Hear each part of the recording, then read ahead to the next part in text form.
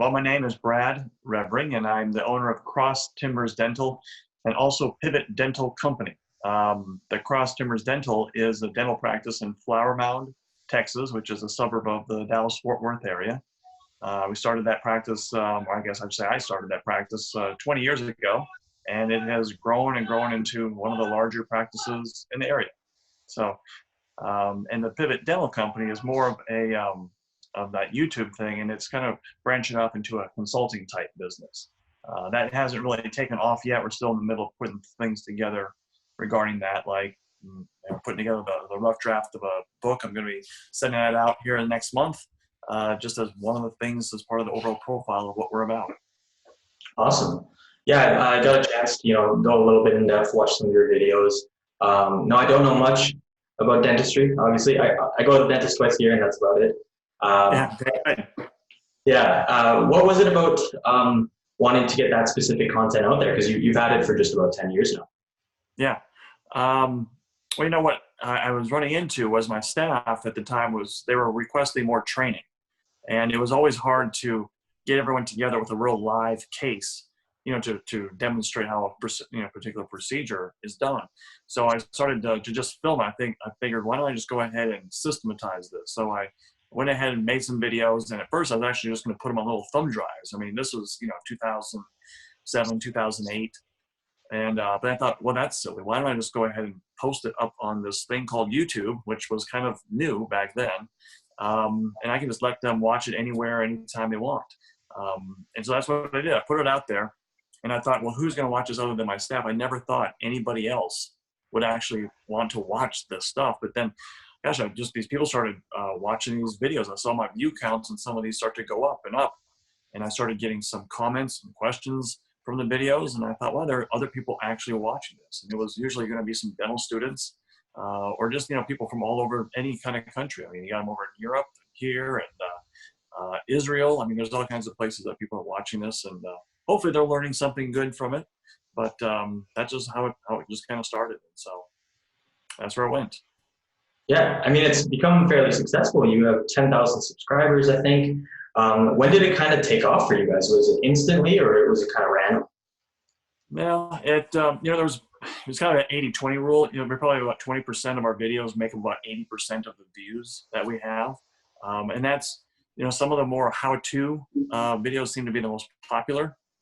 So those are the ones that I think when I did this one in particular was on how to do a crown on a back tooth. Very typical dental procedure, but that one got all kinds of comments and all kinds of views. And I had one other one who was on how a bite comes together. And I was going over that with the staff because the staff have to work with dental prosthetic units in order to get the bite to fit. So I have to tell them where to make the adjustments. And so when I did that, that actually had a lot of views. And what I understand, I think some of the dental schools actually use that as part of their curriculum. So I think it was those couple of videos that just made it kind of take off. Absolutely. Now, I noticed that it's so informal and it's so in depth. You even have a couple that are like an hour long. Are you kind of worried that these, amateurs are just testing it out on their buddies, like getting some information from you, and they're not doing it in a safe practice? I guess that could happen. I mean, you can go on Amazon or eBay and buy pretty much anything, and good luck. It is funny that we do see patients who lived in other parts of the world, and not that the dentistry that they do there is wrong. It's just is very different than how we do it here. And so, as long as it's working, it works. So I don't know. I guess I have to let people make their own ethical calls. And I guess the poor person sitting in the chair, hopefully, they would have enough, I don't know what you want to call it, insight to know whether or not this is a reputable person that we're working on. Yeah, I mean, I hope their smile just turns out okay, and their well-being in the long run is fine as well. But you never know.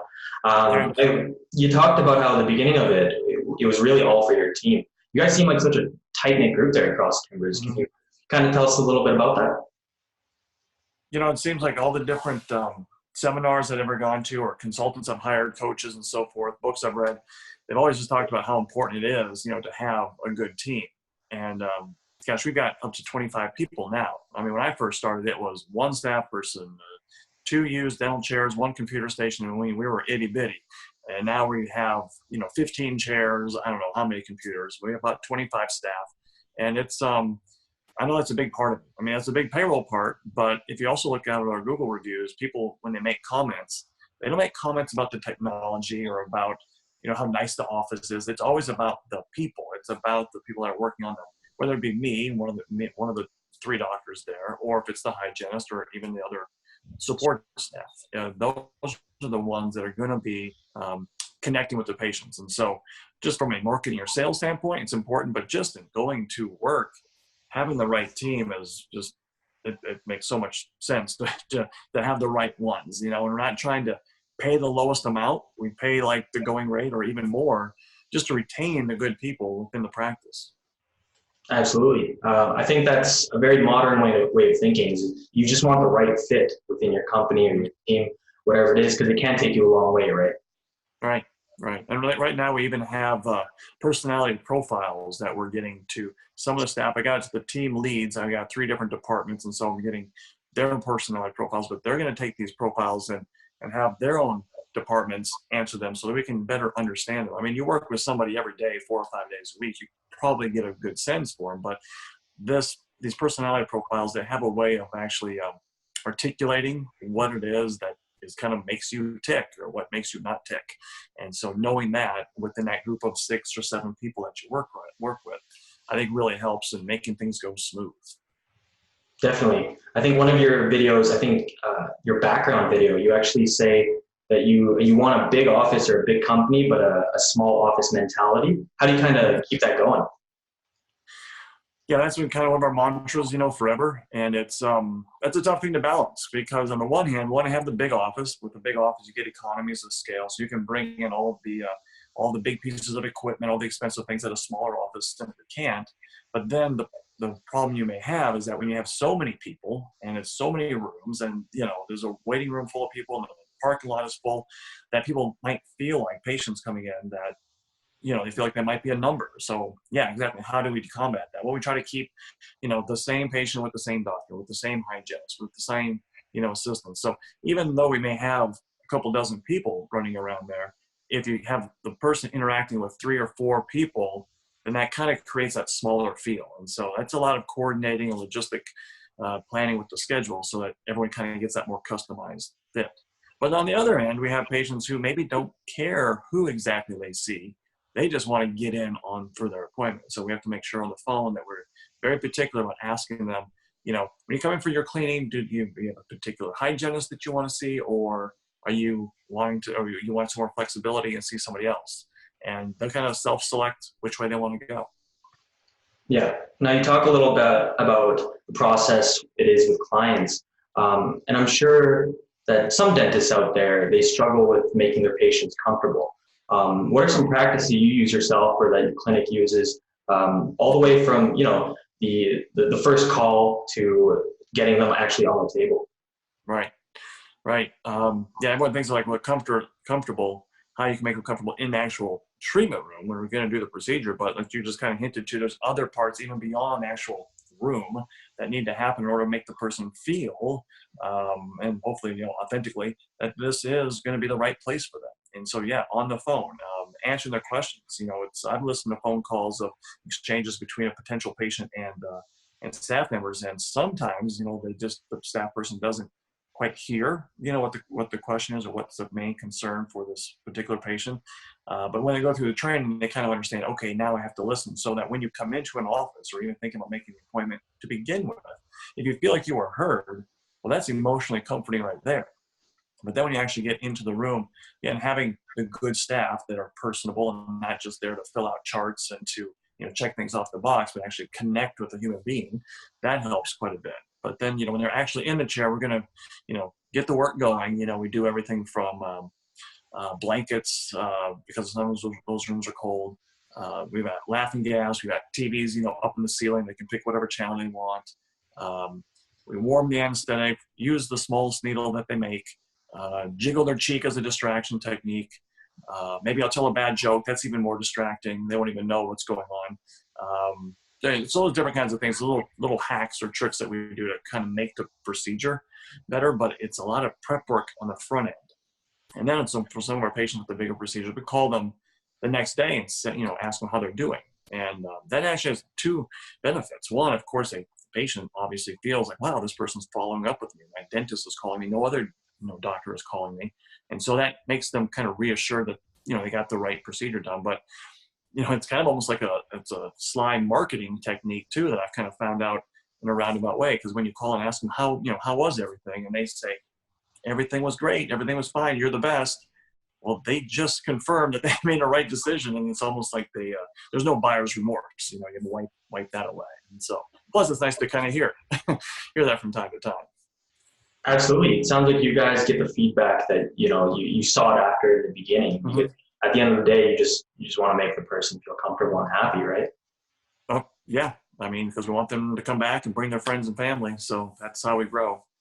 Exactly. Now, the thing with clinics that I've at least seen through our city in Edmonton is that there's so many of them. The market's been fairly saturated, and it's great that you guys are looking for kind of these competitive advantages that you can distinguish yourselves from these other clinics. Are there any others besides the great customer service that you use to attain customers and then retain them at the same time? So is your question, how do we attract patients to our office to begin with? Yeah. Okay. Well, a couple things all kind of come together. Over the years, I've actually tried all kinds of different marketing things, where you talk about direct advertising, whether it be flyers, TV, radio, sponsoring the Little League. I mean, I've done all the stuff you do in a local community, and not afraid to spend the money on it. But what I found out as the years have gone by, again, 20 years being in practice, there's a couple of benefits with that. First, we have this big backlog of patients. We've had enough patients that have seen us and continue to see us that in order to keep the chairs full, we already have a backlog of patients. Two, when I first started that office, they said we were small, we were kind of itty bitty. Well, then we outgrew that within 6 years. And we went and did something that I said I'm never going to do. And I bought land and built a building. So I put it on one of the busiest streets in town. I made it, a nice building, probably spent a little bit more on it just to make it look good, because I figured that's a marketing piece. So we have like 25,000 cars a day that go in front of my building. Nice sign, nice building. I think that helps add to it. And then just having Google reviews. Like I said, we had done all this marketing stuff, but as things have transitioned over the years, it's gotten more digital. Which makes it a little bit more competitive. Obviously, anybody can start up down the street, and they can compete digitally just as much as I can, because if you're willing to put in the work, it doesn't really cost as much as it used to. I mean, a TV ad was like $5,000 a month, whereas you can go put something on Instagram for nothing. If you do it right and you do it effectively, then you can compete easily digitally. But how we actually get them into the office is just making sure we have the capacity. I mean, when someone wants to call to get into the office, we want to get them in like now, today, if we could, or within a week. If you have to book people out, 2 months, that doesn't fly so well. I think also being open Monday through Friday helps. Taking insurance plans, being a member or in network of several different PPO plans, I think that helps quite a bit actually. Just those different things all just kind of combine together to make it easy for them to come in. Yeah, definitely. Well, even the expert series itself is a marketing tool for you guys, right? Because we kind of serve as that thing to highlight your business, to highlight whatever it is that you do, to highlight even your profession as a whole. So hopefully we can add to that, and it is free. Great. So. Sure. That's always nice. Yeah, definitely. So you talked a little bit about the beginning of your career. When you first started out your clinic, did you have any goals, like set goals for yourself and for the clinic? Gosh, when it's first starting, it's one of those things where, you sign your name on the dotted line and it's off to the races. I mean, when you have quite a big number that you're responsible for, you're going to be very focused. I mean, my personality profile, I was talking about that earlier. I've run those over the years and it keeps coming back. I'm analytical by nature. And so I'm going to put together the forecast and the spreadsheets. I'm going to go do my due diligence. And so after assembling all that, I think I had a pretty good start. I mean, the town that we're in, Flower Mound, it sounds like it's some country town, but there's a lot of people here. There's like 75,000 people.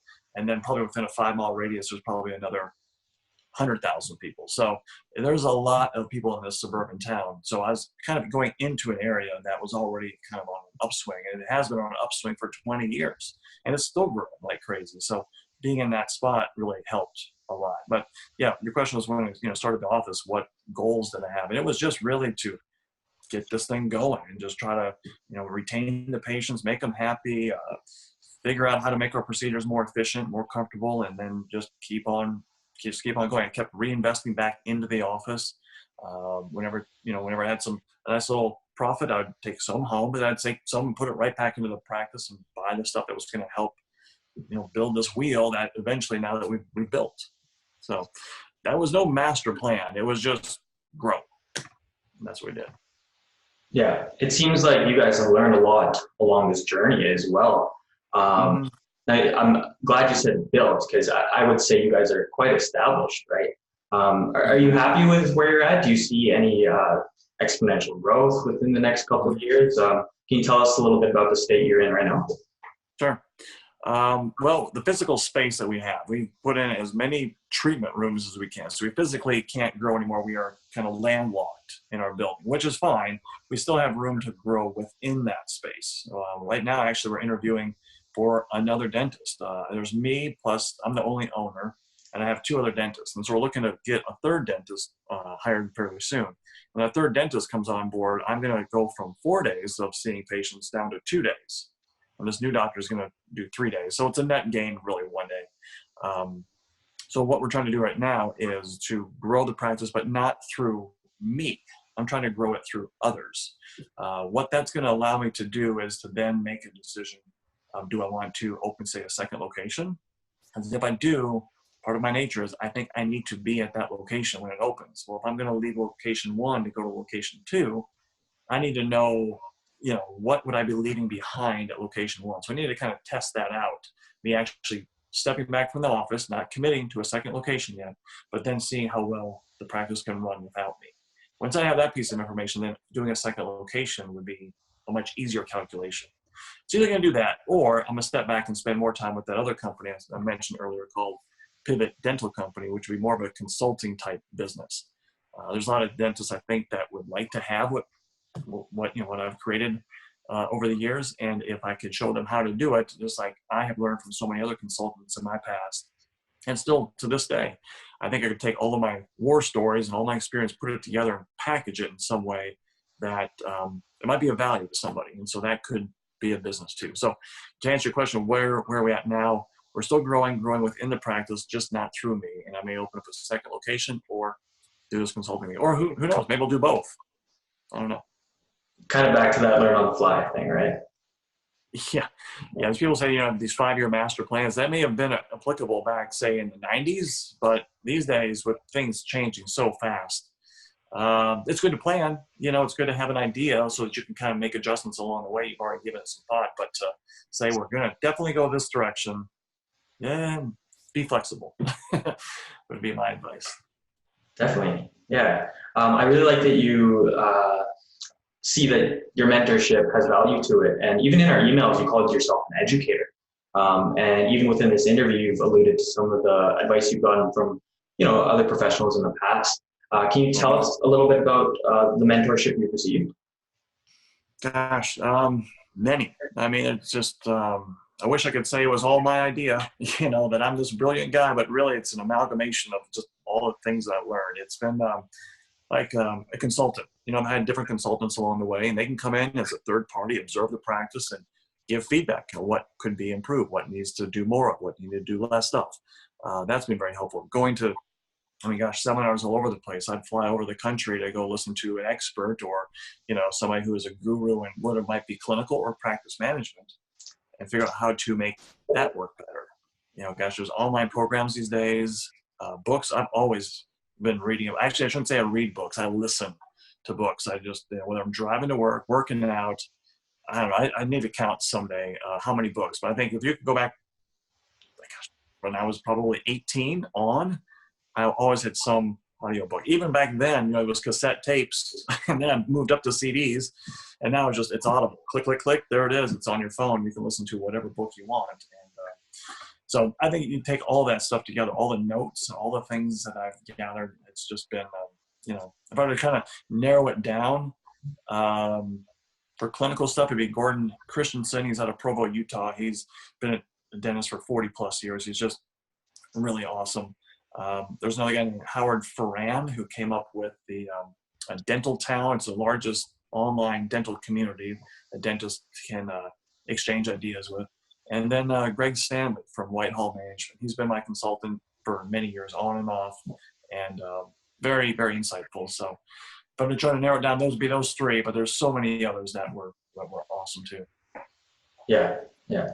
Now, obviously, you've been in the industry for quite a while. Like, you've had your clinic for 20 years now. Just going back to the beginning, what made you want to become a dentist? What made you want to go to dentist school and all that? Yeah. I think back on that, and I don't really there wasn't like an aha moment. It wasn't like, oh, well, this is it. This is what I'm going to do. It was more of well, at first when I went to college, I thought, I'm going to become a medical doctor. I think it's because that's what my parents wanted me to become, or that's what seemed like the thing to be. It had a very high status that went with it. But then I realized I really didn't like hospitals. And so I don't know how you can be a doctor and be, not in a hospital. I guess there's ways, but I just figured that's not really what I wanted. And so I just kind of started looking around at what else was possible. And so someone suggested dentistry. I forget who, but somebody, well, why don't you check that out? And at first I was thinking, really, dentistry? I mean, you got spit and blood and germs and all that gross stuff. But so I'll have an open mind. Let me check into it. And the more I checked into it, the more I found it kind of interesting. It was a chance for me to still be in the healthcare profession, still have that status, if you want to call it that. But then also you could, like I said, own your own business, which is something I've always wanted to do. You could work for the government. You could work for a university. You could be part of a group. You could work for the corporation. There's so many different options that were there. Or the actual work itself, another personality profile is that I'm what's called restorative, meaning I like to fix things. And so when someone comes in with a problem, I fix it. And so whether it be a big small makeover or something real simple, I just know I started with something that wasn't good and now it's better. And so, yeah, gratefully it worked out well the way it has. Yeah, that's great. It sounds like you just have a constant drive for learning, right? You talk about this restorative nature, and even listening to a lot of audiobooks. Where do you think this passion for learning comes from? I wish I could say, I don't know exactly, but I wish I could say that, well, I just want to become better. And part of that's probably it, but part of it might be dealing with my own insecurities. Like, I don't know enough. I need to learn about this and that and the other so that I don't go out and make mistakes or not make as many mistakes. I think it's just knowing that all this responsibility is on me.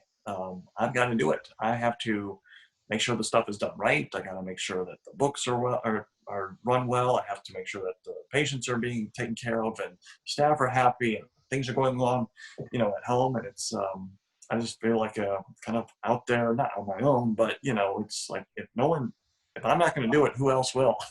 As far as teaching me how it goes. My parents were great, and I had a really good upbringing, and of course I went to a good school. But you got to keep learning, and if you don't, I guess I feel like you just start backsliding and look around as years go by, and you go, well, where am I? And so I guess it's a fear of falling behind. I don't want to do that. Yeah. Well, it sounds like you make great use of your time.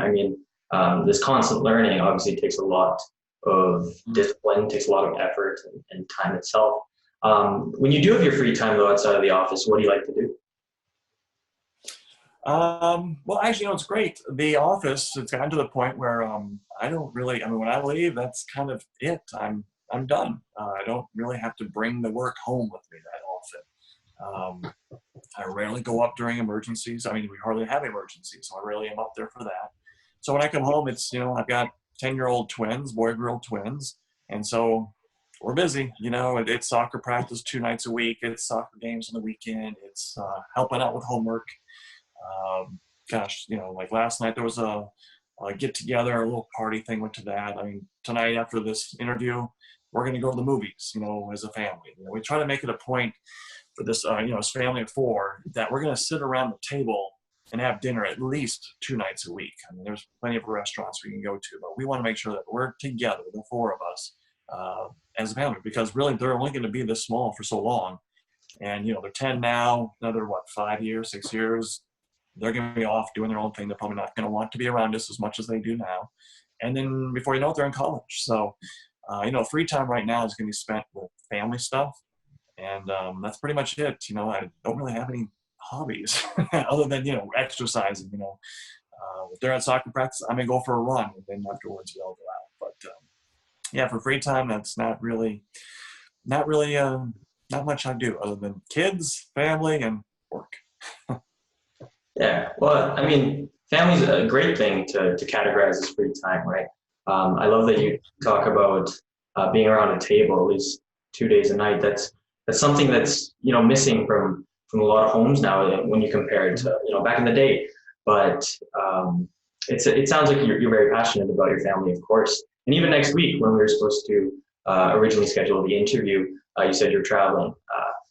What are some of your favorite spots to travel to and have that quality family time?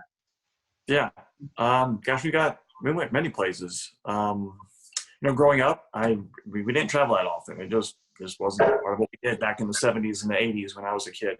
But it was, when we did travel, it was great. And so I wanted to make sure that now that I'm older and have my own family, that we're going to go places. We're going to go do stuff. We've gone several different states, Florida, Minnesota, California. We got to Jamaica. We got to Mexico, of course. Just all those touristy kind of places. And coming up next week, we're going to try something for the first time. We're going to rent an RV, one of those big, buses. And we're going to take the kids and, all the 4 of us plus the 2 dogs. And we're going to head out to Ruidoso, New Mexico. My parents, they just live 20 minutes away. They have an RV. They're going to follow in theirs. And then my wife, her parents are up in Colorado. They're going to come down. We're all going to converge at Ruidoso. So we have 3 RVs all together. And so we're going to try that as an adventure. So we'll see how that works. But favorite places? Oh, I forgot. New York. That was one place that we went. And we went, it was in the fall. It's actually it was 2 years ago. I think it came up on my Facebook memories just the other day. About 2 years ago, we all went to New York. Weather was beautiful outside. And we did the bike rental thing where we got bikes and we went all the way around Central Park. And that's something that I've always wanted to do. And it was just one of those kind of, I don't know, magical moments. And it was great. I love it. It was in New York. First time I went there was when I was 30 years old. And I was already out of dental school and I already had my practice. And I remember looking around going, oh my gosh, if I would have known about this place, I would have maybe changed up my plan. Maybe, I still become a dentist, but after leaving dental school, I would have loved to go to New York to work for, say, a year and then come on back down to Texas and, do my life in Texas. But I absolutely love going to New York. It's great. Definitely. I went there last summer for the first time. And I was the same way. I loved it. I loved how busy the city was. It doesn't smell the best, but there's so many things to do there. Everywhere you'd go to eat was amazing. We went to a couple sushi spots it was some of the best sushi I've ever had. And I was just so in awe of the city. Do you think maybe down the line you could see yourself living there, or are you going to stay true to Texas? It's funny when we were there, and I told my wife, what we could do is this. Kids are 10. At that time, they were 8, but now they're 10.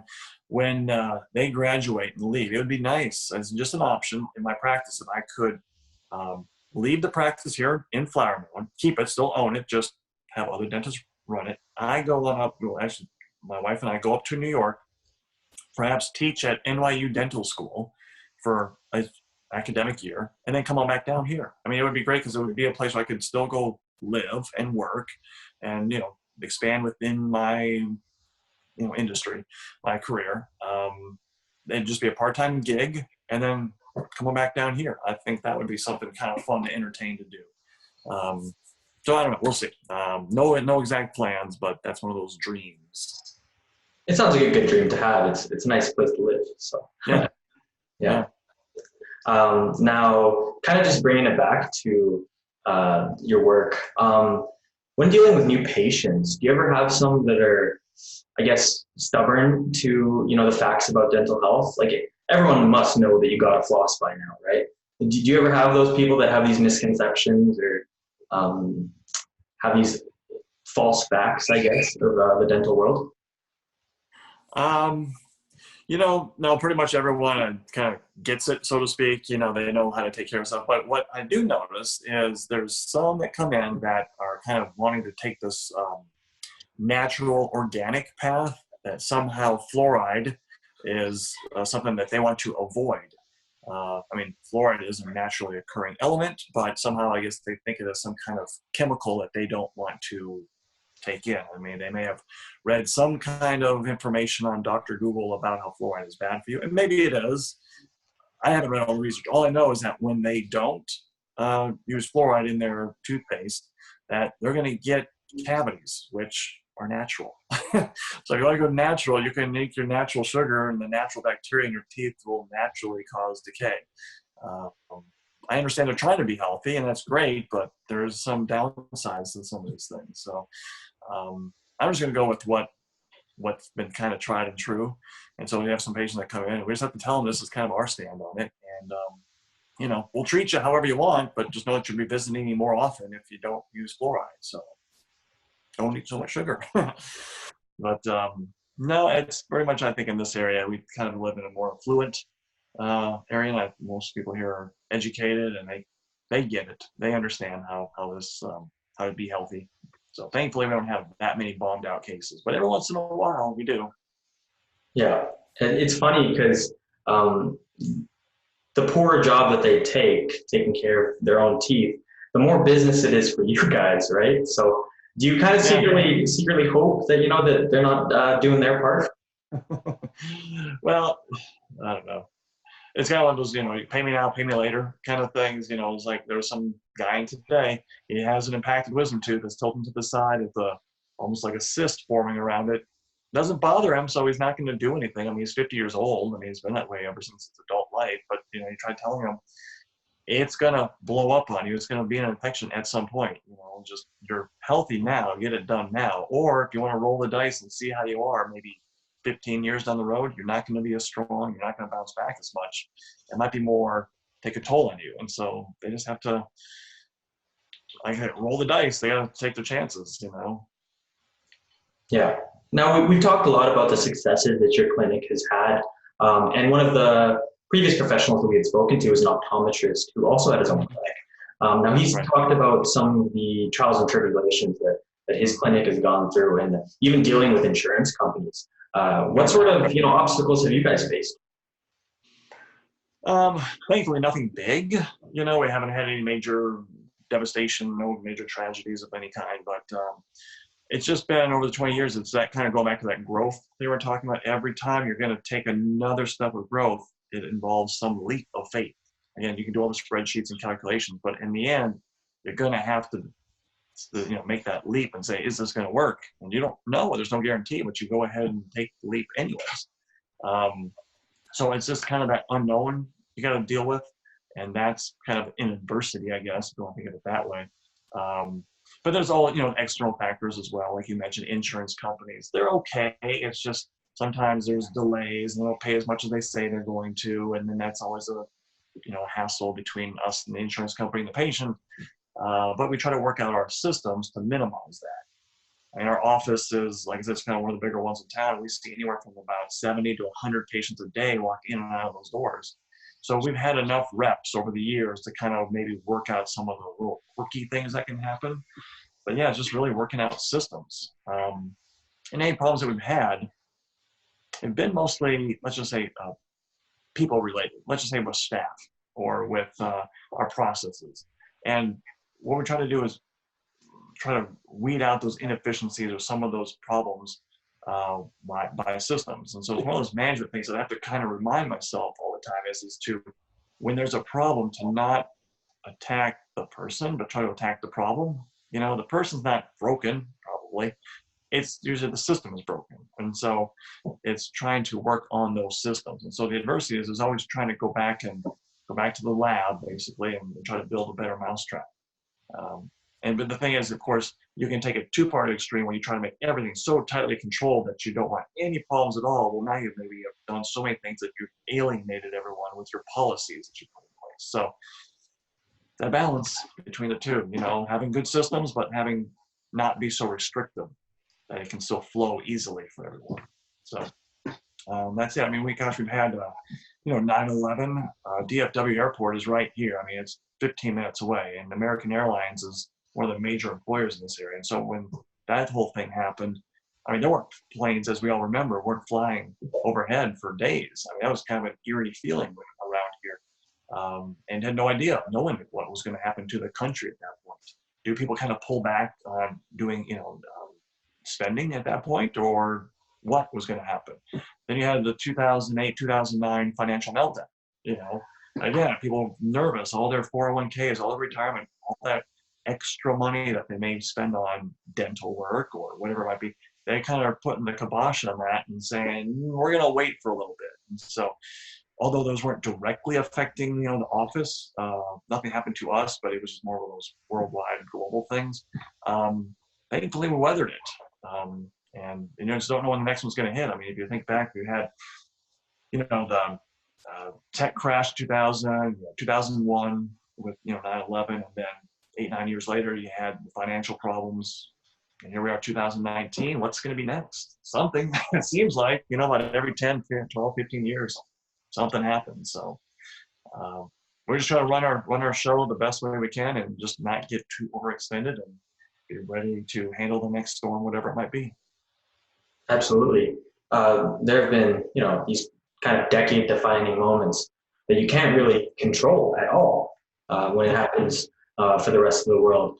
But it sounds like you guys have these systems in place and these contingency plans to really, you know, do the work on your end as far as a company itself, and making sure that everything is aligned, everyone knows what's going on, and everyone's, you know, kept up to date as far as the culture that it is of the company. Would you say that you guys have, I'd say, like a fun-loving culture? Like, you guys seem so close. Like, even some of your Instagram posts, your YouTube videos, I can tell that everyone kind of has fun there.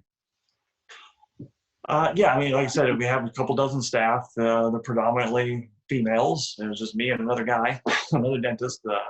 So, you know, they all get along, I mean, great. I mean, I say they throw baby showers for each other when someone's pregnant. Well, one of them's right now getting married. She's having one of the girls are throwing her a party.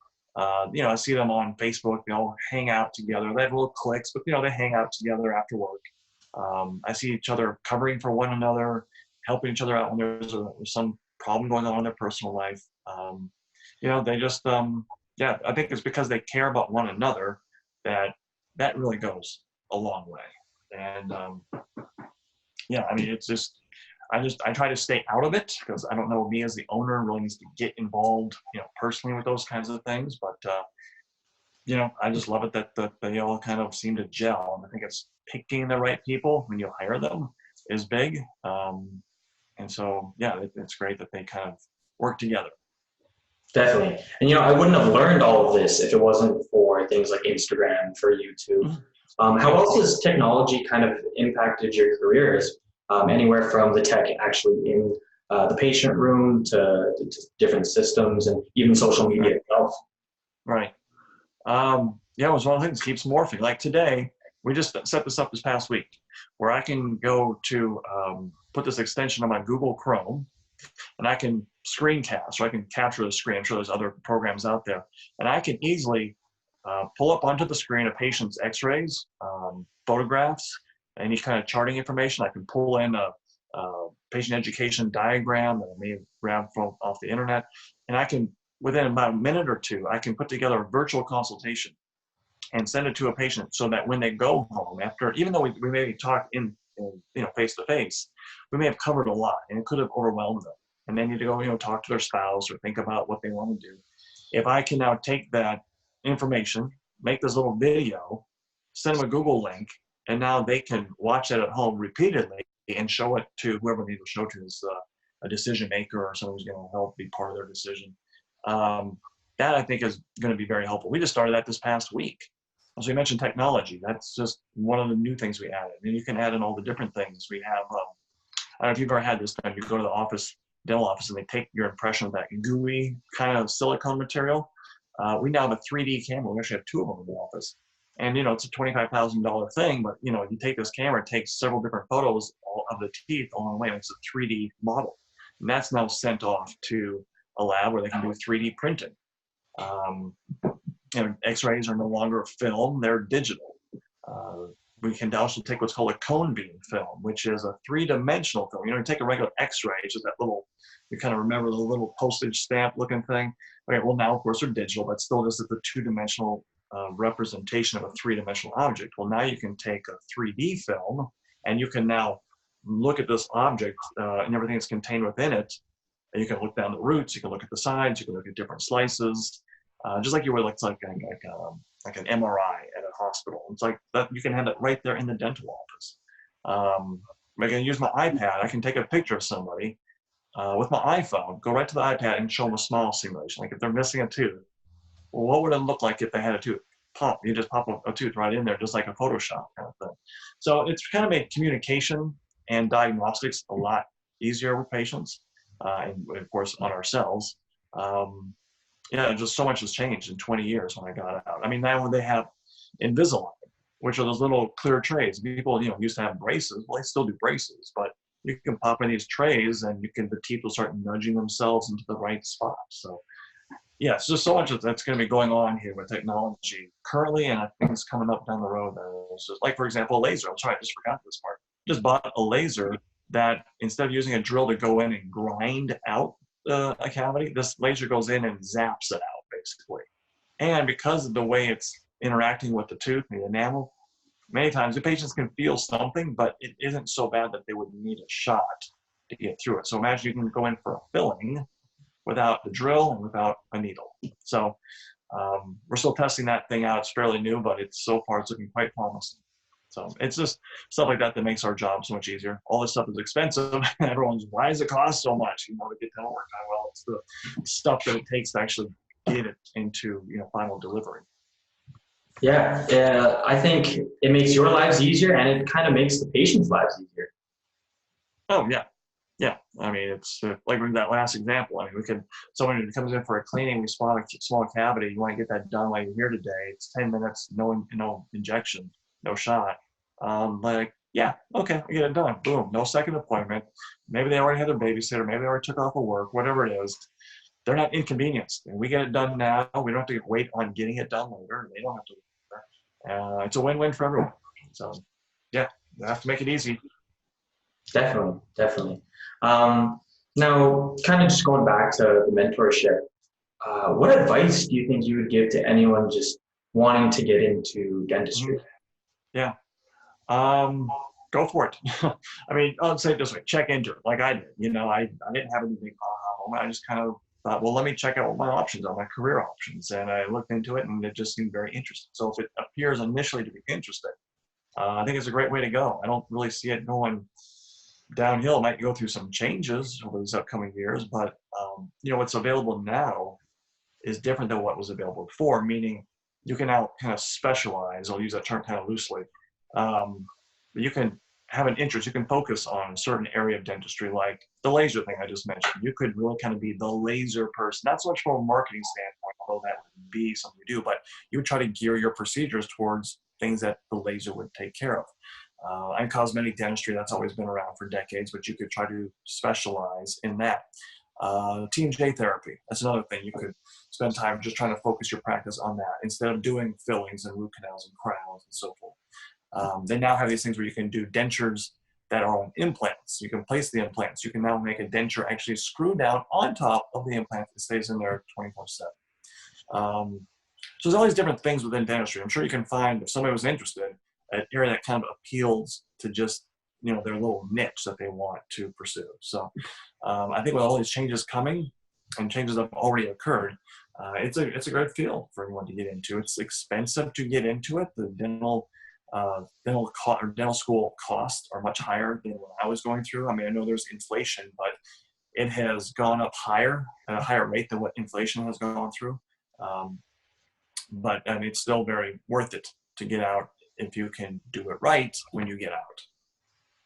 Absolutely. I think what holds a lot of people back when they start anything for the first time, and it being such a big moment in their life, is kind of just that doubt in themselves and these barriers that you put up. Did you have any of this when you were, starting out? I still do. I mean, yeah, I mean, obviously when I first started, I think as you mentioned earlier, why do I read so many books or attend seminars? Because I'm trying to not make mistakes. And just, learning more is fun, but it's also just kind of, I need to feel like I need to be competent in what I'm doing. Obviously, you want your dentist, your doctor to be competent physically, in their specific field of what they're doing, but also in all the other areas too. What was the question again? I'm rambling there. Basically, did you have any doubts about? For new incoming dentists, yeah, people who are looking into the field. You just got to do what I did, kind of. I mean, go check out, go visit some offices, go talk to other dentists.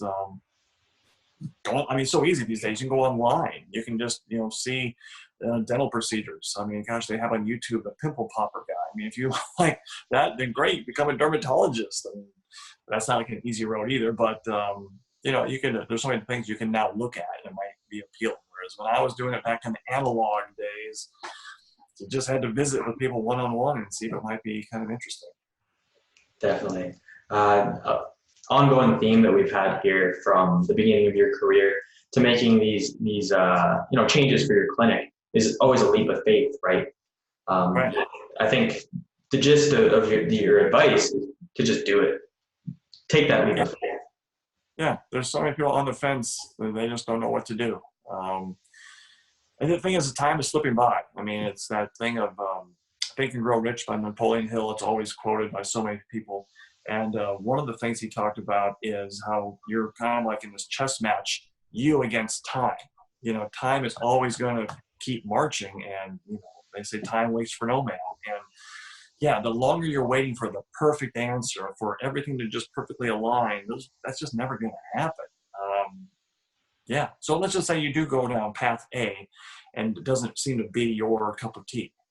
Well, you can change, but if you just keep sitting there at that fork of the road, not knowing which way to go, you're just wasting time, you just really are. And same thing I tell dentists who, they get out and they work as an employee dentist for like a corporation or maybe for another dentist. Kind of like me, I've got some dentists who, they kind of decided they don't want to ever own their own practice, okay? And they're the same age as me. They're in their upper 40s, early 50s, and they're perfectly happy. But some younger dentists who want to own their own practice, I tell them all the time, if you need to own your own practice, great. Just work for somebody for a couple of years and then go do it. If you work for someone for 10 years and then you're going to go do it, think of all the time you wasted. What more are you going to learn during years 3 through 7 that you didn't learn 1 through 3?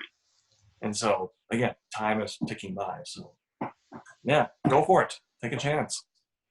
I think that's great advice. Great advice for anyone who's even just looking to make a career choice, a life choice. Mm-hmm. So, I got friends of mine who are in their, again, my demographic, late 40s, early 50s, who, they tell me, Brad, they go, I don't have, a dream. I don't know what I should be doing. And these are guys who are already married, kids, and they still don't know what they should be doing. So if you're 20 something and you don't know what you're doing, don't worry. It's a universal fear that everyone has. So just do something. Definitely. Now, you kind of talked about how, you have these trials and tribulations with your clinic. Have you had any personal ones that really affected your career? These moments of adversity, I guess we'd call them. Yeah. Thankfully, knock on wood, nothing huge yet. Life has been pretty good to me. A lot of it was going to call it luck or whatever. I've tried to do my best to stay out of trouble. But, thankfully, I got married and healthy kids and living in a nice, safe community, and it's good. So thankfully, no adversity yet. But I have to say that, we're the Christian faith, and so with our belief in that is that no matter what comes our way, that we'll be able to handle it. We may not like it, but we'll be able to handle it. So that's kind of where I am. That's where I'm at with that.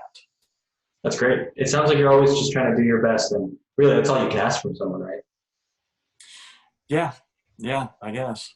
It's, it's one of those things you have to kind of, it's funny, as one is kind of trying to go up the hill, trying to achieve or whatever it might be.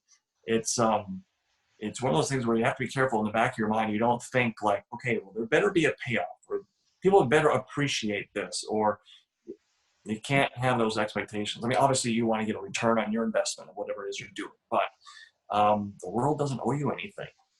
Nobody owes you anything. And so, I mean, yeah, you surround yourself with people and you be nice to them, and they'll probably be nice back. But you just you can't go forward with these what I call covert contracts, where you think, well, I did this, and so I should be, paid back this way.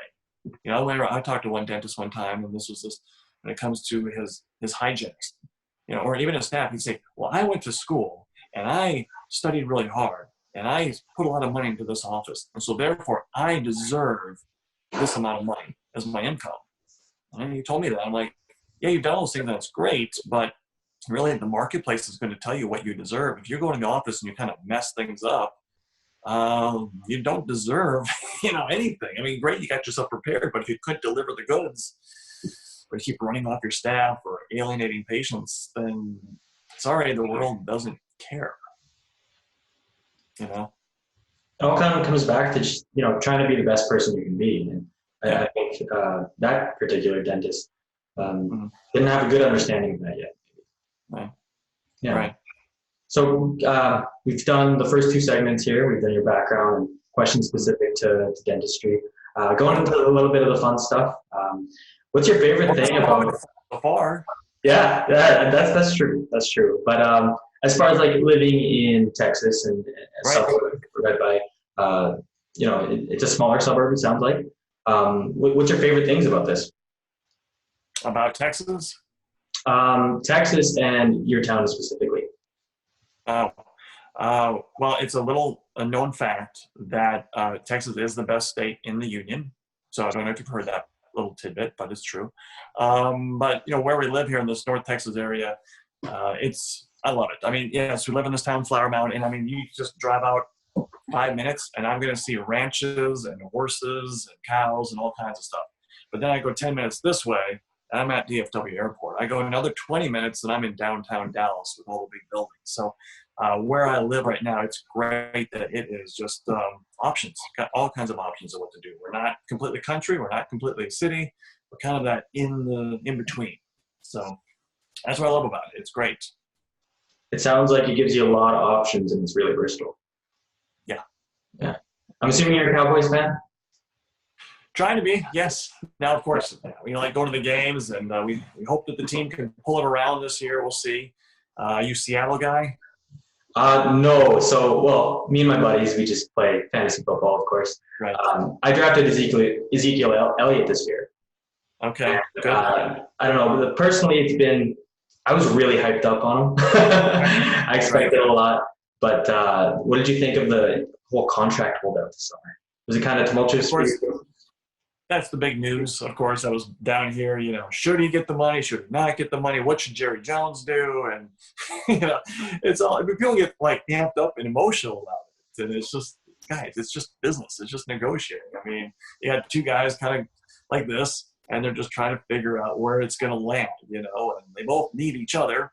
And it was eventually going to work itself out. But I don't know. I didn't have I like observing these kinds of things. I don't get emotionally invested in stuff. Yeah, I think sports has become this like grand reality show, and the media making all this drama that's really not drama on the inside, right? Yeah, I mean, if you go watch ESPN, like I said, we got the TVs in the ceiling at the office, and so people are watching ESPN. So I get to hear throughout the day what's going on. You hear these guys, I mean, just going at it, yelling at each other about, I don't know, a baseball game or a hockey game, I mean, whatever. Like, really, how can you get that emotionally worked up about this issue? And then they're going to come back from a commercial break, and the same guys are going to get worked up about another topic. So it's a little bit of a charade, But yeah, people, I mean, they get into the sports. I mean, you go to these games, I mean, people have a few beers, and next thing you know, a couple of people start fighting. I mean, fighting. I mean, over, I don't know what, but I guess they were disrespected over their team or something. It's craziness. It is pretty funny. I mean, obviously in Canada, the biggest sport is hockey. It's really a religion here. I'd say similar to how football is in the southern U.S. So it is nice to be an observer and, to see these people interact with one another the way they do. Yeah, it is funny. It's entertaining for sure. Yeah. Now just going back to your town, what's something you'd change if you were in charge for a day? And change here? Yeah. In Claremont? Oh gosh, I don't want to be in charge. I don't know. It's one of those things where this town already does so many things right. I mean, here's one. Oh, here you go. Here's my little tidbit. I like that they are very strict on their signage laws and their building codes and all that kind of stuff. When I was building my building, nice building, you can put a monument sign out by the road. The monument sign has to be 80 square feet maximum. So let's just say, 10 by 8. So I got my sign, 10 by 8, and then on the side there's a brick column, and on the top of that brick column we're going to put a little a capstone. That capstone is going to overhang the column by this much, an inch. Because of that, they said, nope, you can't do it. You got to keep that capstone off of there. Even though we kind of finish off the sign and make it look right, they said, no, you have to tear down the entire sign and shrink it by an inch. Now you can put your capstone on there. So I would go make it possible for me to put my capstone on my sign. So there. That's what I would do. I think that'd be a great change. Move the needle on that one. Yeah. Now, something I noticed throughout, my childhood, even today through commercials, was that there was always that one dentist that couldn't agree with the 4 others. Why do you think that is? Recalcitrant. He's so recalcitrant.